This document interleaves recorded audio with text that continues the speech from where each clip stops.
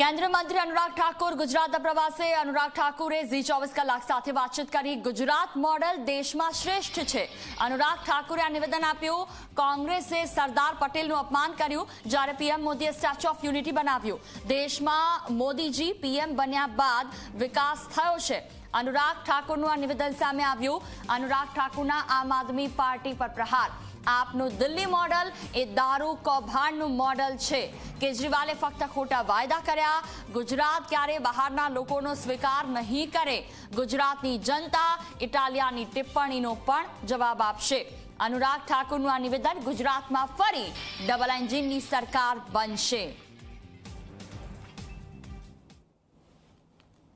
ગુજરાતમાં વિધાનસભાની ચૂંટણીઓ ભલે જાહેર ના થઈ પરંતુ ભાજપે કેન્દ્રીય મંત્રીઓની ફોજ ઉતારી છે. સૌરાષ્ટ્ર હોય, ઉત્તર ગુજરાત હોય કે દક્ષિણ ગુજરાત હોય, તમામ જગ્યાએ ભાજપના કેન્દ્રીય મંત્રીઓ પ્રચાર કરી રહ્યા છે. આજે કેન્દ્રીય મંત્રી અનુરાગ ઠાकुर સૌરાષ્ટ્રના પ્રવાસે છે. એમની સાથે વાત કરીશું.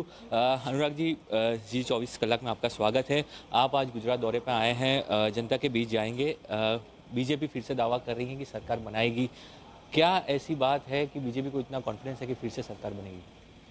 विकास किया है, विकास के विषयों को लेकर जाएंगे और जनता का विश्वास एक बार फिर पाएंगे. पिछले 2 दशकों में यानी कि 20 वर्षों में गुजरात ने जो नई ऊंचाइयां पाई हैं वो अपने आप में देश के लिए प्रेरणा भी बनी है और एक विकास का मॉडल भी देश के सामने रखा है. और ये गुजरात का विकास के मॉडल के चलते ही नरेंद्र मोदी जी ने देश को भी नई दिशा देने का काम किया है, देश को भी नई ऊंचाइयों पर ले जाने का काम किया है. आज दुनिया के सर्वाधिक लोकप्रिय नेता कहाँ से आते हैं? भारत से, और भारत के गुजरात से आते हैं. ये गुजरात की जनता के हम आभारी हैं जिन्होंने मोदी जी जैसे नेता को बनाने का और देश को देने का काम किया है. और गुजरात का विकास मॉडल जो यहाँ से पूरे देश भर में लागू होता है और देश आज दुनिया की सबसे तेज़ी से बढ़ने वाली सबसे बड़ी अर्थव्यवस्थाओं में से एक है. हम अंग्रेजों को पीछे छोड़कर 5वें नंबर की अर्थव्यवस्था बनते हैं, अपने आप में बहुत बड़ी बात है. 8 वर्षों में मोदी जी ने जो कर दिखाया वो 60 वर्षों में कांग्रेस नहीं कर पाई थी. इसीलिए गुजरात के लिए हम धन्यवादी भी हैं कि यहाँ की जनता ने बहुत कुछ दिया है देश को. और इस बार फिर डबल इंजन की सरकार जब गुजरात में बनाएंगे तो यहाँ और विकास और नए आयाम स्थापित होंगे, क्योंकि गुजरात एक ऐसा राज्य है जो नेतृत्व देना जानता है. सरदार पटेल जी के समय से नरेंद्र मोदी जी के समय तक सरदार पटेल जी ने एक साथ सूत्र में बांधने का काम किया था और भारत को अखंड भारत बनाने की दिशा में काम किया था. बहुत आसान नहीं था, बहुत मुश्किल काम था. किसानों के साथ सरदार पटेल खड़े हुए. स्वतंत्रता संग्राम में भारत की बात रखने वाले सरदार पटेल थे. उनका कद इतना बड़ा था लेकिन कांग्रेस ने तो उनको सदा प्रताड़ित और नीचे और पीछे करने का काम किया. 41 वर्ष तक भी उनको वो मान सम्मान नहीं मिला. मोदी जी आए तब जाकर यहाँ पर दुनिया की सबसे बड़ी प्रतिमा केवड़िया में एकता नगर में बनाने का काम किया है, स्टैच्यू ऑफ यूनिटी. आज दुनिया उसको देखने आती है. सरदार सरोवर डैम जो दुनिया भारत का सबसे बड़ा डैम, इसको तो किसने, अर्बन नक्सल्स ने बंद कराने का काम किया. आज वो वोट मांगने आना चाहते हैं उसी गुजरात में. अरे मैं सौराष्ट्र के रीजन में खड़ा हूँ, आपको तो पता है यहाँ पानी भी कहाँ था. ये तो नरेंद्र मोदी जी आए तो किया, लेकिन जो रोकने वाले थे अर्बन नक्सली वो आज वोट मांगने आना चाहते हैं. अनुराग जी, आपने अर्बन नक्सल्स की बात की, पीएम ने भी ये बात कही. बीजेपी का ये गढ़ है, बीजेपी को डर क्यों है, क्यों उनकी बात करना चाहते हैं? क्या बीजेपी मानती है कि वो यहाँ पे वोट ले जाएंगे? देखिए, जागरूक करने की बात है. चुनावों के समय लोग बहुत बड़े बड़े वायदे कर देते हैं और फिर भाग जाते हैं और जनता को गुमराह करते हैं. हम उनको सचेत करना चाहते हैं कि ये गुजरात के विकास के मॉडल पर ग्रहण लगाने का प्रयास कर रहे हैं. ये आपको भय और भ्रम फैलाना चाहते हैं, जबकि भय मिटाने का काम मोदी जी की सरकार ने किया था. उसके बाद आज तक कभी कर्फ्यू नहीं लगा है.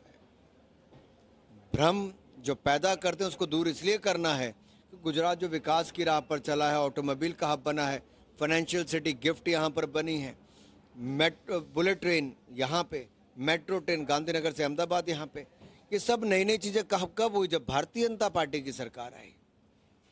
गुजरात ऑटोमोबाइल हब कब बना? जब भारतीय जनता पार्टी की सरकार आई. वाइब्रेंट गुजरात कब हुआ? जब भारतीय जनता पार्टी की सरकार आई. बड़े बड़े जो आयाम स्थापित किए कृषि के क्षेत्र में 12% 18% ग्रोथ कब? जब भारतीय जनता पार्टी की सरकार आई।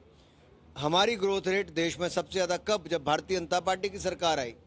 अगर ये डबल इंजन की सरकार ने और काम किया जब मोदी जी केंद्र में और प्रदेश में भाजपा की सरकार आई, तो ये डबल इंजन की सरकार को और ताकत देने के लिए आज प्रदेश के लोगों के बीच में गौरव यात्रा करनी, गुजरात गौरव यात्रा करनी इसलिए जरूरी है कि गौरव इस बात का कि हमारा गुजरात आज शिखर पर है, हमारा गुजरात आज देश के लिए प्रेरणा बना है, हमारा गुजरात आज देश को नेतृत्व दे रहा है, हमारा गुजरात आज दुनिया भर में एक प्रतीक बना है कि जो धरती सरदार पटेल देती है, महात्मा गांधी देती है, वो आज दुनिया का सर्वाधिक लोकप्रिय नेता नरेंद्र मोदी को पैदा करने का काम भी करती है। अनुराग जी, आप 2017 में भी आए थे। 2017 में भाजपा ने 150 का दावा किया था, 99 सीटें आई थी। इस बार भी 182 के मिशन के साथ चल रही है। क्या फ़र्क पड़ जाएगा और पिछली बार से क्या अलग होगा इस बार? आपको क्या अलग दिख रहा है? क्यों मानते हैं कि इस बार आपको ज़्यादा सीटें मिलेंगी? आप देखिए, पिछली बार एक मुद्दे को लेके इस पूरे क्षेत्र में एक अलग सा वातावरण था, इस बार नहीं है। और जनता समझ चुकी है कि अगर प्रदेश और देश का विकास है तो जो देश को सुरक्षित रख सकता है, जो किसानों की आय को बढ़ाने का काम कर सकता है, जो यहाँ पर और निवेश ला सकता है, जो भारत को 5वें नंबर की अर्थव्यवस्था बना सकता है, जो दुनिया भर में भारत का डंका बजा सकता है, सर्वाधिक लोकप्रिय नेता के रूप में उभर सकता है, जो भारत की अस्मिता को और बढ़ाने का काम करता है, जो भारतीयों को नई पहचान दिलाने का काम करता है, उसी नरेंद्र मोदी जी के गुजरात में भारतीय जनता पार्टी की डबल इंजन सरकार के साथ ही चलने में है। आप गुजरात मॉडल की बात करते हैं, दिल्ली से आम आदमी पार्टी के मुख्यमंत्री आते हैं और कहते हैं कि दिल्ली मॉडल सबसे ज़्यादा बढ़िया है। गुजरात मॉडल के सामने दिल्ली मॉडल के नाम पे वो मत मांगते हैं। आप दिल्ली में केंद्र सरकार भी हैं, क्या सच है दिल्ली मॉडल और गुजरात मॉडल? इतना ही है कि वहाँ पे शराब घोटाला होता है, जिसके किंग पिन अरविंद केजरीवाल जी हैं और मुख्य आरोपी उनके उप मुख्यमंत्री मनीष सिसोदिया जी हैं। ये दिल्ली का केजरीवाल मॉडल है। शराब घोटाला भी और स्वास्थ्य मंत्री भी जेल में है। ये अपने आप में दिखता है, स्वास्थ्य से लेकर शराब तक इनका मॉडल है। शिक्षा तो कहीं नज़र नहीं आता है, शिक्षा मंत्री कम, शराब मंत्री की गुणगान वहाँ पे ज़्यादा होता। पर आम आदमी पार्टी आरोप लगा रही है कि पहले मनीष सिसोदिया, फिर अरविंद केजरीवाल और अब गुजरात के जो प्रदेश अध्यक्ष हैं गोपाल इटालिया, बीजेपी उनके सामने नकारात्मक प्रचार कर रही, हर तरह उनको फंसाने की कोशिश की रही है। पुराने वीडियो वायरल करके उनको जो है वहाँ महिला आयोग ने बुलाया, दिल्ली पुलिस ने बिठा लिया। ये इस प्रकार के आरोप बीजेपी पे लगा रहे हैं आप आम आदमी पार्टी। एक इटालियन ने कुछ वर्ष पहले कुछ ऐसे शब्दों का उपयोग किया था जिसका जवाब और मुंह तोड़ जवाब गुजरात की जनता ने दिया था। आज इटालिया ने किया है और बहुत निचले स्तर का बयान दिया है। किसी की माँ को अपमानित करना गुजरात के लोग कभी सहन नहीं करते। यहाँ महिलाओं का सम्मान होता है। रात के 2-2 बजे भी लोग गरबा करके जाते तो बेटी सुरक्षित घर वापस आती है। ये नरेंद्र मोदी जी ने 2001 के बाद आके यहाँ पे स्थापित किया। लेकिन उसी गुजरात में मोदी जी की माँ के ऊपर कोई टिप्पणी करेगा, अपशब्द बोलेगा, क्या आपको लगता है गुजरात की जनता सहन करेगी? महिलाओं का अपमान गुजरात की जनता सहन नहीं करती। और अरविंद केजरीवाल जी उस व्यक्ति को बचाने का काम करे जो महिलाओं का अपमान करता है, जो प्रधानमंत्री मोदी जी की माँ के लिए अपशब्द कहता है। एक 98 साल की महिला का, जिसका राजनीति से दूर दूर का कोई लेना देना नहीं, इतने हल्के स्तर पर आगे।